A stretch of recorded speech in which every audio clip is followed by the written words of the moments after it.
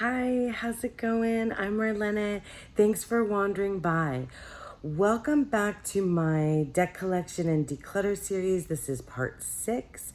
We're going to attack the dreaded second shelf. And I'm like, messy hair, don't care.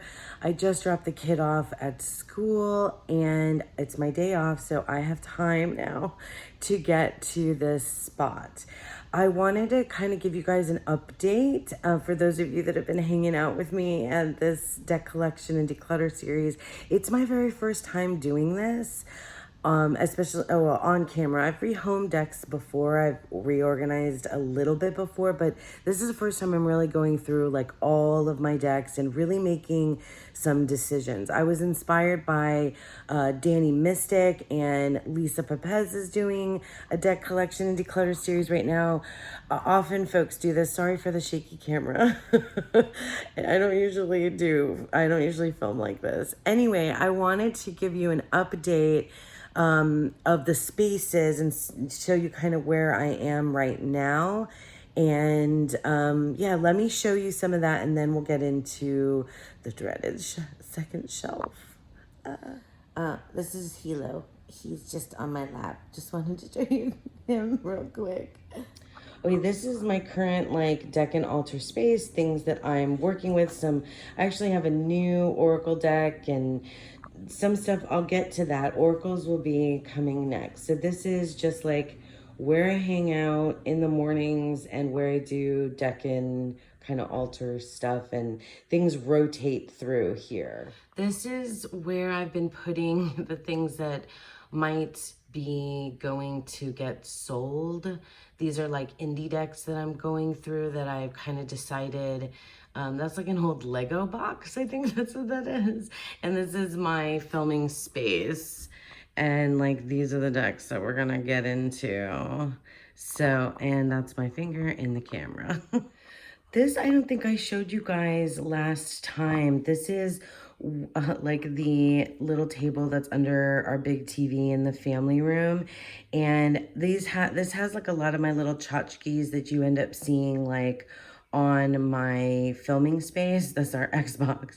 But I have my Greek mythology Stephen Fry series here. And these are cards from Krista's Divine Ephemera Oracle. So Hades and Persephone, oh, pardon my nail polish, that sit out here too. And the Wild Unknown Pocket Tarot ended up there until I get it outside. So that's another spot. Okay, so these are the main tarot. This is the main like bookshelf that I want to use. So when I say the main tarot shelf, so like this is in my bedroom. And so I've taken out all the second shelf, and I'm really like not sure how long this video is going to be today. I might not even get through the whole thing because the second shelf is dreaded. Oh my gosh, I feel like it's going out of focus. Because there's a lot of decks on here that I have to make decisions about because I'm just not sure. And then Oracle decks are down here. And what I've done is a lot of the decks that are in bags that I want to be on top shelf here, right? So top shelf, have landed in these little baskets because I want to have them here in my room. Let me show you. I'll show you what's going on in the closet and then we'll get to the decks. Okay, so this is my desk that is in my kiddo's room that I haven't been using a lot lately. And what's landed up here are decks that I'm keeping, but I'm not sure where they're going to end up on the main tarot shelves. So we'll see if they go to the second shelf. They're kind of just hanging out here for now until I get through those other two shelves. And then over here is the closet. So up top right now this is what I've been calling the special purpose shelf and the timeout shelf. So there's decks up here that are in timeout because I'm not sure if I'm going to keep, or you know, they need to like stay over here. Actually, the handle tarot, now that I'm looking at it, that is one that I was thinking is going to be rehomed, so it's going to go into the rehome box. And then these are decks that need bags. So they're all sitting here. Some of them I've already got bags for that came out already, and they moved to the box, the little boxes that I just showed you that are in my room. And then down here, so I'm thinking, because these are like, and I have more of these that are like the October Halloween decks, and I'm thinking I might just get, sorry about my hands, that I might just get a box, like one of those little, baskets or whatever for decks that just for October, November, and December, and have separate boxes for them. Because like this is looking like December over here. And so more, decks in bags. We went through all these already. And so they're still just hanging out here in the closet. So I'm still kind of in limbo with everything. And yeah, so let's get back to let's get back to the table and look at the decks from the second shelf. Okay, and so this is just the little tub that I've been putting the decks that are pretty certainly going to be rehomed. There's some that I want to, show my daughter and see if she wants to keep them, but pretty much, yeah, this is the rehoming tub right now. Okay, let's get into the decks. Okay, we're here at the reading filming space, and we're gonna go through the decks from the second shelf. There's like 40 some odd decks here. Pardon my one nail. I hope that's not too distracting. But okay, let's do it. Let me just jump in. Okay, the Poe Tarot. Okay, so I've used this deck like very sparingly. I think I used it last year around Halloween. So I think I definitely want to keep this deck because I really like it. There's a couple others, I think, maybe one other that I know of that is Poe Tarot, that is Edgar Allan Poe inspired theme tarot, and I prefer this one, and I really love the backs. I really love the red gilding, although this is the Hurdy kind. I really like this deck. I think though it's a special purpose one though, because I really only want to use the Edgar Allan Poe during October and November. It's a Halloween time deck, So I had that pile that you saw in the closet that is, maybe I'll just get like a cute little Halloween-y type basket or box and then I'll have one for Halloween, one for really Thanksgiving, and one for Christmas. So like October, November, and December. Because I really don't do like anything else that's really like seasonal except for holidays, and those are holidays that we still kind of celebrate, Christmas, Yule, like just like more in a like secular kind of way. So Poe Tarot, I'm gonna set it aside for that, what I think is gonna become the Halloween basket.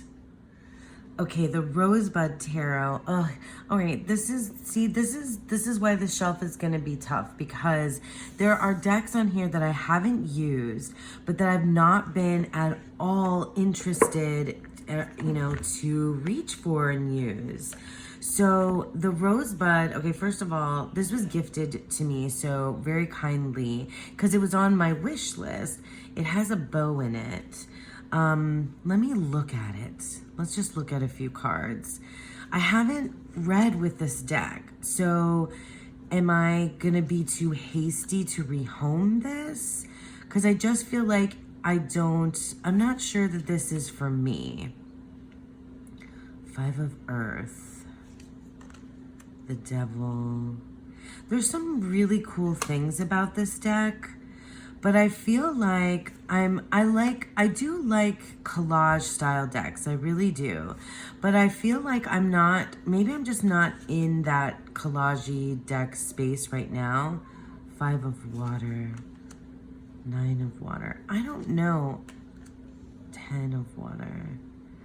I'm not sure if this deck, this is the Empress. It's been renamed to the Life Giver. I'm just not so sure this is a deck for me, you guys. I think it just might not be for me. And I'm not really sure. I can't really put my finger on why it is. I don't know. I think like, I don't know. I'm not sure if it's going to go in rehome or if it's going to go in timeout. 8 of fire. Like, it's cool. It's really pretty, and I love the roses, but I'm not sovereign. So this is like the Knight of Fire. I don't know. The Chariot. I think it's like, oh, 9 of Air. That's a good 9 of Air. I think it's something about these like vintage photograph thing that I really like enjoy the aesthetic, but I'm not so sure that it works for me as a tarot. So I'm still not sure. I think the Rosebud Tarot is going to go in the time out shelf, special purpose shelf up in the closet for now, and then it might end up in the rehome. Okay, here's a beautiful deck that I know is staying, and this is going to go up on my top shelf decks. This is the Invisible Light Tarot by Brandy Eve Allen. I think that there's going to be another printing of this deck. I think I read that somewhere, but don't hold me to it. It's currently out of print, and there's I think she has like one or two left of the first printing that is on Etsy for, you know, quite the pricey price, and I'm pretty sure that that's just because it's like the last of this first edition. So this is one of my favorite decks, and it's so like gorgeous. And I talked to the creator and was able to get like a used, like a gently used version for a pretty good price, when it was already out of print. And so that was something that I was so grateful for, because I just could not afford, the brand new, price or out of print price that she had up there. So oh my god, I love this Lovers card. It's a photographic deck. It's like, I just love it. It's so good. It's very moody. It's super moody, and it just reminds me, this makes me feel like Jack Kerouac. This is like my Jack Kerouac, Allen Ginsberg, Neil Cassidy. It's the Beats. This deck makes me think of the Beat poets and the Beat generation and all of that kind of cool stuff from the 50s and 60s. Even though, like, it's not necessarily, like, 50s and 60s inspired, photographs. But that's where it takes me. It's gorgeous. I love it. Look out for a new printing of this deck if it's something that you've been after. So the Invisible Light Tarot, top shelf. Okay, the Primordial Tarot. You guys, I really was drawn to this deck, and I really wanted it to work for me, and I just don't think that it is a deck that I want to keep. So the thing about it is that I think I might have put it in order just to I put it in order to see if it like made sense to me. It's really its own system. This is very loosely inspired on the tarot systems that I know. I gotta put that aside. See, here's the thing, and it's color coded so that, wait, let me grab it from, hang on, hold please. I separated, these are the majors, and then green is loosely inspired by the wands. Blue is the water cups. That I can jive with. Oops. red are the swords and yellow is the earth or pentacles.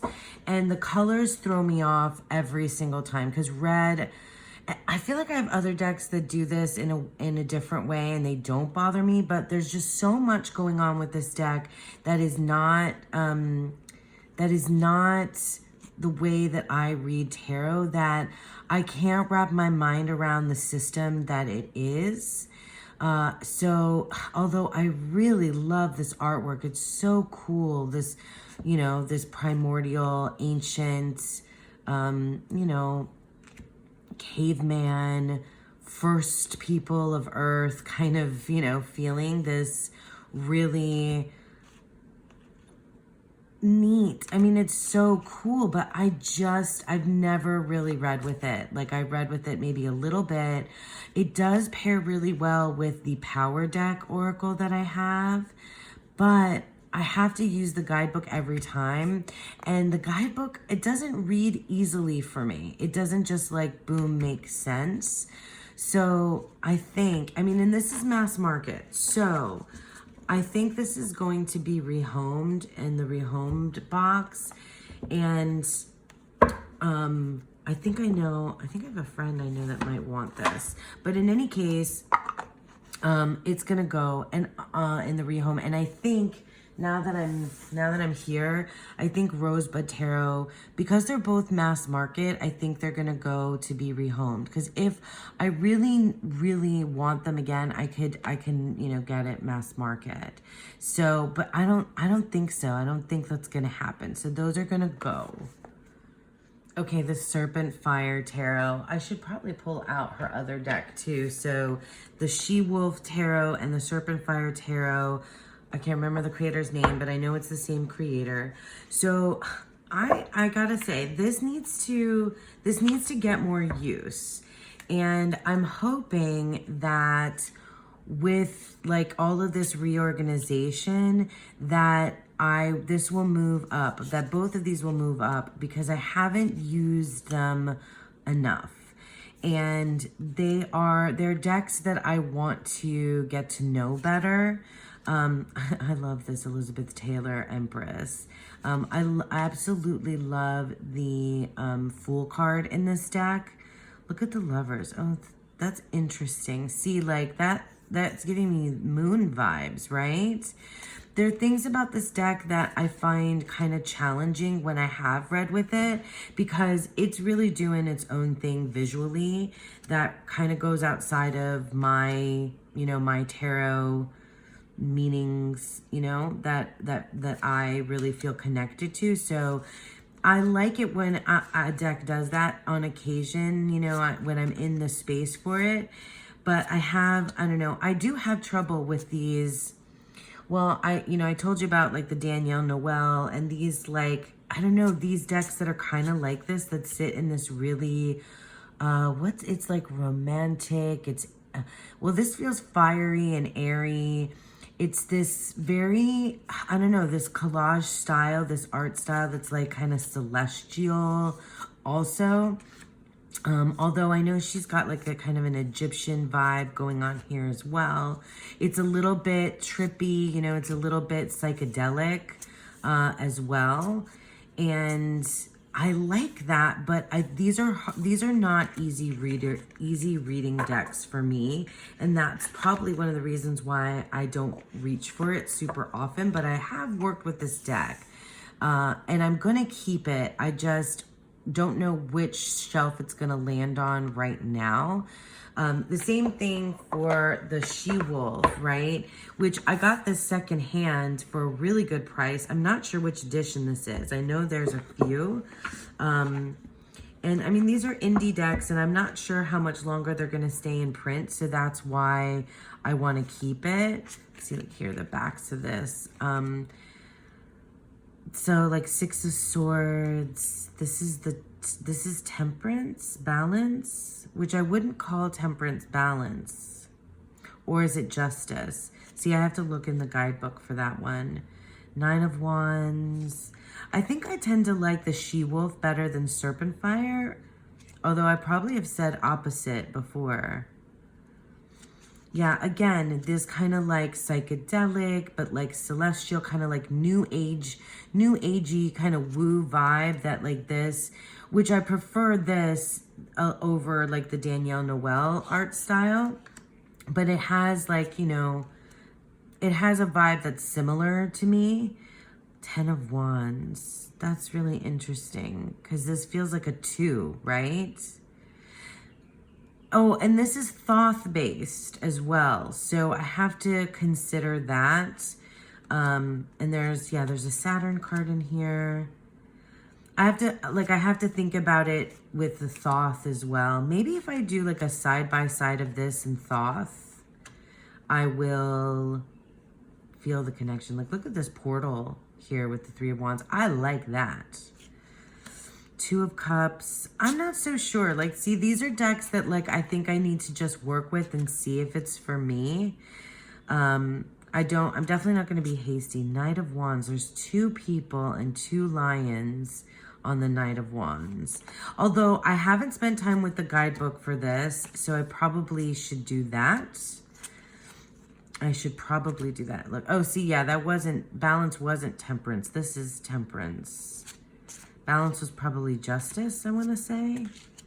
3 of Swords. That's a cool 8 of Wands. The High Priestess. I think that's the creator put herself in the deck.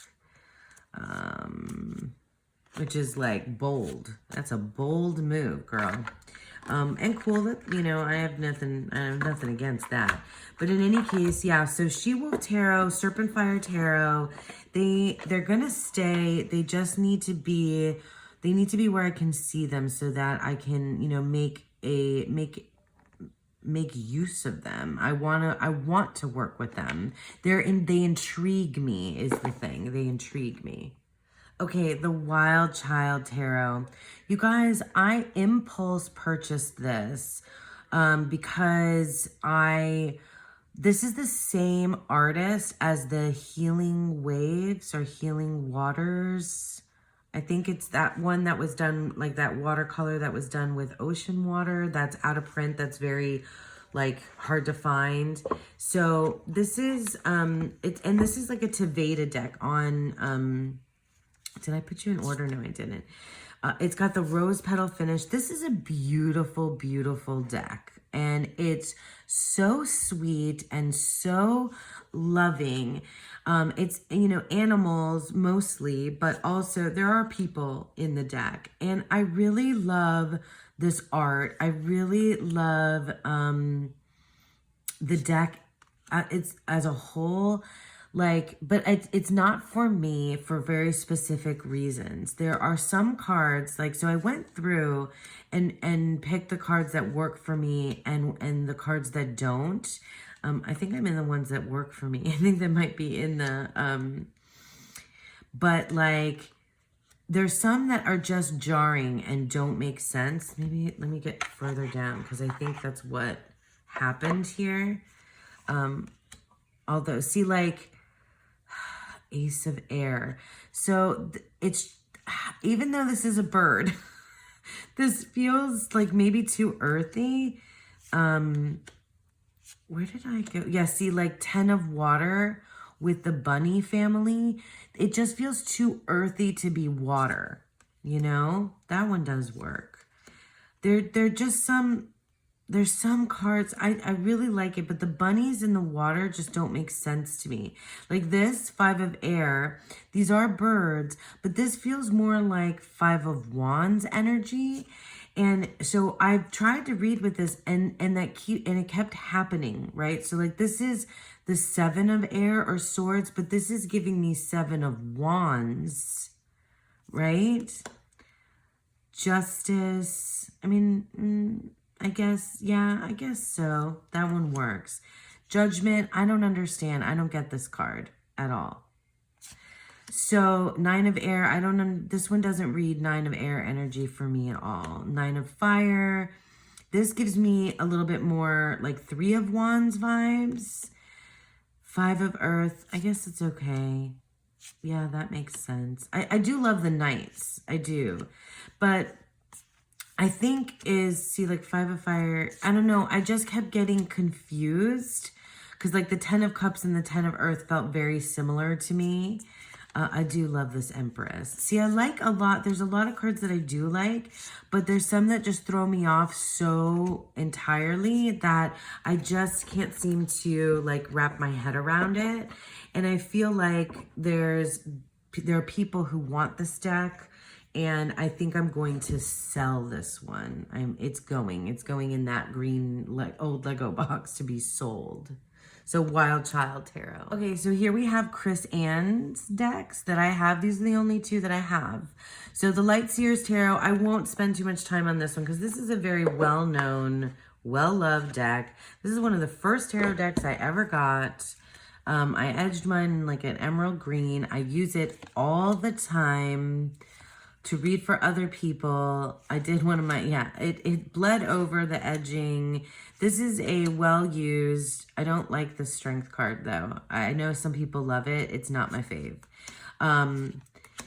But this is a deck that I could pull out and use anytime. It's a very usable, workable deck. I'm not sure, are you top shelf? Maybe you are, I'm not sure.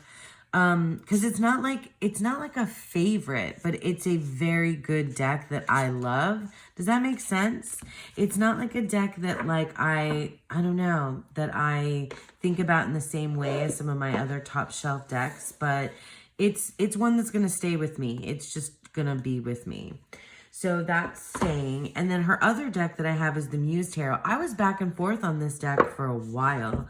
I do need to edge this. I want to edge it in a pink. So this is the one that I think is in direct competition with the Serpent Fire Tarot because it has a lot of that same collage-y vibe. But this one, it works. Like, I understand this deck when I read it. Like, this is, so it's renamed. The suits are renamed. So Voices is swords or air. But I get this. Like, this makes sense. I love the moon. Yeah, and then all of the materials is the earth suit. And this reads 4 of Pentacles. This reads 10 of Pentacles. I don't have to like kind of stretch my imagination to get to it. It gives my imagination room. You know, it doesn't stretch it. Does that make sense? I don't know if that makes sense to you guys. The Serpent Fire is harder for me to read. This deck just makes sense and it's beautiful. But I wasn't sure about it for the longest time. And then I would grab it and do all kinds of different readings. Like before I went to bed, I would do like practice readings with it, like made up readings that I don't know if you guys ever do that. Like I just grab a deck and I do like a Celtic cross and pretend that someone had a question and I just talk to myself out loud and practice reading. Do any of you guys do that? I did that a lot more like in my early days. And this was one of the decks that I used and it was so workable that way. Just like I feel that way. I guess that's what I feel about like Chrissy Ann. Like her decks are they're very user-friendly for tarot. It's just a good working tarot deck for me. So those are staying. This one, Muse Tarot, might be a top shelf. We'll see, though. We'll see once I get through all of this stuff. Okay, this is definitely a top shelf deck. This is the Way Home Tarot. I love this deck. It's an indie deck. I think it's still in print. I'm pretty sure it's still in print. Oh, I don't want to close the box because this is one of those that doesn't have the holes. So it's hard to get, it's hard to get it out if you close it without cards in it. So, yeah, I love to shuffle this deck. God, I love that Hermit card. That's like one of my favorite Hermit cards ever in life. Yeah, I love what the creators did with the court cards in here. They're these silhouettes with these like weather kind of phenomenon in them, or like earthy, it just makes sense. Like they make sense to me. I love this deck a lot. So much. I love this art style. I love it's minimalist. I really, really love this deck. It's giving me like Fifth Spirit vibes too, a little bit. That's funny. Like the pips in the Fifth Spirit. I love this Chariot card. Yeah, I look at this moon. So good with the reflection in the water. Some of the pip cards like make me think, but I've worked with this deck a lot. So it's, yeah, it's definitely a top shelf. Look at this universe card. It's just really good. It's really good all around. See? I think some people don't like the way that the quartz are done, but I really do. My gosh. And I remember there's, yeah, you know when you have a deck where you remember like very specific readings with it that just like stand out over the course of like all the readings that you do for yourself. There was one that, you know, was about like family stuff and my relationship with my dad, who's like one of the best people on the planet. And it just was, it was such a good reading. So yeah, so inspiring, so good, so connected to my dad that I love so much that I remember that reading. And yeah, it's just one of those things. So the Way Home Tarot top shelf. Okay, so the Tarot of the Divine. So this is, it's not my first tarot deck ever, but it is the first tarot deck that I got for myself. What is it now? 4 years ago? Maybe 3. When I rediscovered and really learned tarot, because my first tarot deck I got when I was a teenager and I didn't really learn tarot then. And then I got the, you know, I got the Tarot of the Divine. What a weird one for me to choose to like come back into tarot. But I love this deck. I also have the big book that goes along with it that has the, you know, longer versions of these fairy tales. So each card, if you haven't seen this deck has been around for a while. Each card is inspired by a different fairy tale or folklore, mythology across different cultures.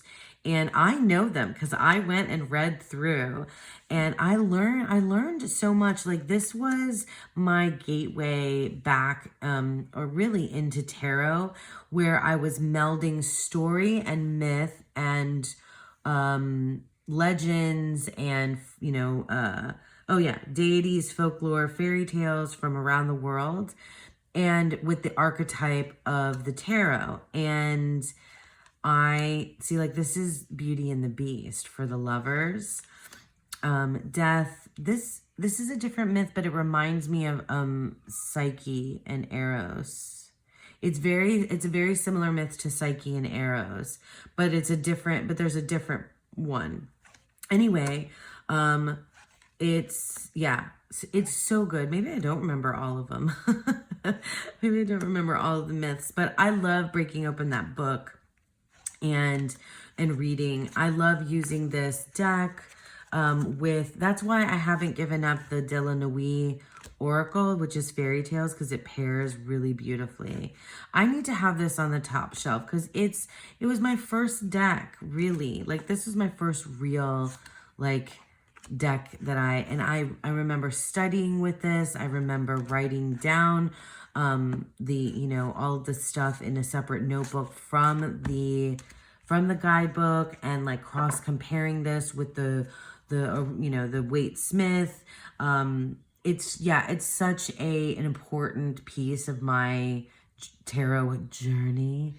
Sorry, I can't help but make fun of myself. So yeah, the Tarot of the Divine, this is going on the top shelf and it's staying in this box. Like, I don't think it's going to be in a bag. Okay, the Saceribito Tarot. So this is another one of the first decks that I ever got and taught me tarot. I hate that this always pops up out of the box, but this is a deck I'm sure you guys have seen. Although there might be folks that popped on to watch this that have never seen this deck. I love it. It needs to go on the top shelf so that I will grab it more. I just love this deck a lot. It's always read well for me. Always. I think, well, maybe that's not entirely true. I think when I first started, I had some trouble with the court cards because they're just portraits. But now I really have a good sense of the quartz. So yeah, but like, look at that Queen of Cups. It's amazing. That's a really good Emperor card too. That's really good. Yeah, this is just a great deck. I love some of the differences. Like, look at the Six of Cups with the plants growing out of them. Also, the Six of Pentacles is another one of my favorites. This is a great moon card. The Devil, that's an interesting one always to me. It's so good. This is a great Eight of Cups. So good, Eight of Cups. Like, what a wonderful take on the Eight of Cups. I love it. I know that's a well-loved like card that folks talk about. The King of Cups is great. I love this Ten of Cups too. Yeah, this is just like I go through and love everything. This is a wonderful lover's card. So good. That's a fabulous. I love this Nine of Cups. It's so good. Oh, it makes me want to cry. Yeah, Chariot. No, I'm iffy on the Chariot. But I won't show you the whole deck because I know you've seen it. This is one of my decks from like early on that's going to stick around, that's been like tried and true for me, reading for myself, reading for others, etc., etc. Sasha Tarot, top shelf. Okay, the Blood Moon Tarot. I think that, well, this version is out of print. I'm pretty sure that this creator is going to be printing there's going to be a new printing of this deck. I'm not sure if it's a new edition or what. Go check that out if you're interested, because I know it's been out of print for some time, but I'm pretty sure that it's coming back. So I love everything about the aesthetic of this deck. Like, I love these backs.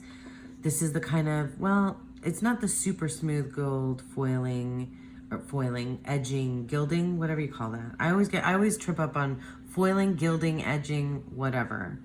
I really love this artwork, but this deck doesn't work for me. I want like a full bleed, no borders of this deck. I can't trim it because the artwork expands beyond the borders. The borders and the frame, they're all part of the same piece, right? And so I can't cut it because I can't. It would ruin it. So I've not been able to really use this deck because the borders throw me off so much. I went back and forth with this deck because I think there's probably a video somewhere of me saying that I finally found my groove with this deck and I figured out what I was going to, how I was using it. But I think after that one time that I used it, I've not picked it up again. Oh, here's the Fool. I love this Fool card a lot. The problem is too, is that I can't see the artwork. Like, I think I just would want like prints of this artwork to hang up or to have. But this is not a usable tarot deck for me. It's just not. It's so sad. I want it to be so badly. And I know for some folks it really is. Like, this is the Two of Skins, the Two of Wands. I'm not sure either. This is the Five of Wands. It's just, this deck simultaneously like intrigues me. It kind of grosses me out. Not in a, how can you say that grosses you out is not in a bad way, but like it's very, there's just like a lot of like, it's juicy. It's juicy and things are like, honey is spilling and water is spilling and there's like, yeah, I don't know. This is gonna go to be in the with the indie decks of mine that I would probably end up selling. Because they're just too precious to like just rehome, and they're out of print. And they'll probably hang out there for a while until I figure out where and how I'm gonna sell. So Blood Moon Tarot. Okay, Herb Crafter's Tarot. So I probably need to put this with the Gaian Tarot because it's the same creator, one of the same creators, Joanna Powell Colbert. This is a deck that I did a study with. So I went through this like guidebook and I made notes, I highlighted, like I spent a lot of time in this deck. It's so well done. I've been like, I got sticky notes and all kinds of stuff in here. I did this with Lisa Pepez and the Unicorn Fam deck study. So I spent a lot of time with this deck. I feel it's, you know, it's staying. It's not a top shelf deck though. This is a deck that it's really good, but I think I need to be in the right space for it. It reminds me of like my culture, which is weird because I'm not Mexican, I'm Cuban, but there's like Latino flavor in here, which I really enjoy.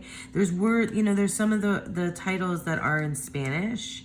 So it feels like, you know, that's a lovely thing. Do I have it? No, I definitely don't have it in order.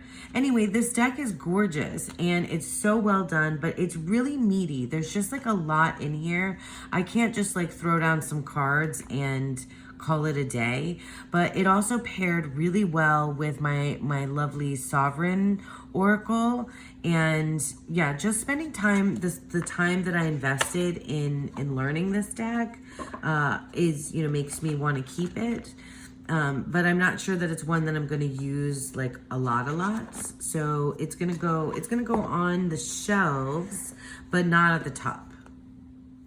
Okay, these are my two Scylla Conway decks, the Shimmering Veil Tarot and the Intuitive Tarot. These are pricey for me here in the United States because she's a UK creator. So getting these decks here is expensive. And so I prefer the Intuitive Tarot over the Shimmering Veil Tarot, which I think I wasn't expecting to. I got the Shimmering Veil Tarot first. So, well, let's look at the Intuitive Tarot because I know this is a deck that I love and I want to go to the top shelf because this is a Thoth-based tarot. I love her guidebook. I love everything to do with the packaging. This isn't super fun to shuffle, by the way. What did I do here? Oh, I just had that backwards. I love the backs. It's not super fun to shuffle. Both of them are not super fun to shuffle, so that's one of the things that I don't love. But I love. This isn't in order, is it? Did I put this deck in? No, I didn't put. Did I put this in? I think I did. Maybe I did put this in order. All right, well, so it's kind of in order halfway through the Queen. Here's the Cups. Why did I put this in order? I can't remember. I must have been doing something like a side-by-side with the Thoth or something like that. Anyway, I love everything about the Intuitive Tarot. I really do. This deck is amazing, and I love the guidebook, and I want to use it more. I just want to spend more time with this deck. It's a mood. I love this portal energy here with the oval. I would love to get a first edition copy of this deck that has the borders. But, you know, I should probably work with this one more before I do something like that. Look at this Ten of Swords. Yeah, I just could look at it all day and spend time. I love these, like the people, because they look very creaturey or alien. Look at that. I really love this deck. I don't know, 4 of discs, that's so good. 5 of discs, I love this for the worry card. Oh my gosh, it's so good. It's Thoth, but I think if you're a Waite Smith person, you could definitely read this. Because it kind of does its own deal. Oh my gosh, it's so good. Okay, so the Intuitive Tarot is going on the top shelf. Okay, now true confessions. I don't know about the Shimmering Veil. I have not used it in a long time, since I first got it. I love this deck. There's some cards that I like really, really love, but I rarely pull this deck. Is it all upside down and crazy? No, but look at this 3 of Fire. That's so good. I can't part with this. I just think it needs to go on. Oops, that's the Hangman. I always do that with the Hanged Man. Oh, and it has an extra Fool card, like the Golden Fool. I think that's what that one's called. This High Priestess is probably one of my favorite High Priestess cards ever. That's so good. Yeah, I'm not parting with this deck. It's staying. It's so pretty. It's so, like, it's very emotional. Like, I just have this, like, kind of raw, open, vulnerable feeling when I look at it. And I love, yeah, look at that. And the face in the middle. Yeah, I just need to work with it again. Like, it'll come back out. It'll rotate. And now that I'm getting decluttering some of these other decks that I know that I'm not using and don't want to try to use, then it'll come back into rotation. So the Shimmering Veil Tarot, not top shelf, but it's staying on the working shelf decks. The working decks shelf. Okay, I think I'm only gonna do a few more and then stop here, and I'm gonna have to like split this into another part because I just have too much to say, and these videos are just so long that like I need these are ones that I really have to think about. Not this one though. This is the Fifth Spirit Tarot by Charlie Claire Burgess. This is the mass market version of this deck. This is a top shelf deck. I rehomed, you'll be maybe surprised to hear, the This Might Hurt Tarot, the indie version. I did a trade because of this deck. I don't know. Oh, there's like a little gnat flying around. Sorry. Little gnat, go away. Okay, so I got this. Once I got this, I was ready to let go of the This Might Hurt, which I've considered getting the mass market on occasion. But anyway, this is just does the thing. I love the that it's cream colored. I've worked with this deck to read for other people. A lot, and that's its primary use, although I have read for myself with it. But I really I love everything about it. I love its diversity. I love that these are pips. These are truly pips with feeling. Truly pips with feeling, like the kids say, right? So I love everything about these characters. This is such a good working deck for me. It's top shelf. It's definitely top shelf. If I get to do readings for other people, this is one of the decks that I really like to choose because it feels so part of like the world, my world. And yeah, I just adore it. Adore this deck. Look, this is Mr. Rogers. It's just so totally Mr. Rogers. Yeah, one of my favorites. Look, that's one of my favorite moon cards too. I love a good moon card. Don't you guys love a good moon card? Yeah, and the pips are just like, that's awesome. It's just a perfect working deck for me. Good guidebook too. I don't know if you've ever spent time in the guidebook, and I know Charlie Claire Burgess has some other books out there that I want to get my hands on eventually. So Fifth Spirit Tarot, top shelf. Have you guys been hearing the mockingbird or mockingbirds outside my window? They are so chatty. They have so much to say. They're really fierce birds, the mockingbirds. Anyway, I have a few that are right outside that are very noisy and like to talk to me they like to talk all day long, sing and talk all day. Anyway, I've only got this one and another deck left that I'm gonna do this go around, and then we'll do more of the dreaded second shelf again on another day. So here is the Ethereal Visions Illuminated Tarot by Matt Hughes. I don't usually say the whole name and the creator's name, whatever, it's fine. So there's another version of this deck. This is the gold version, and there's I want to say Luna edition that's a little bit more inclusive and diverse, because I think that was one of the main criticisms of this deck when it first came out is a lack of diversity, which is a criticism for a lot of decks, right? In any case, this is a stunning, like, what do you call this? Art Nouveau deck. It's beautiful. I never read with this deck. I have tried. I thought that I would get into it because I paired it next to like some of my angel decks, which are like super cheesy. We'll get to those eventually, but I prefer those. This is one, though, that I think my daughter might want to keep. My partner really likes this deck. He likes the blingy. He doesn't, I mean, Sean doesn't, read tarot, but he, like, when I got this deck, he was like, ooh, that's sexy with the gold bling. He liked it.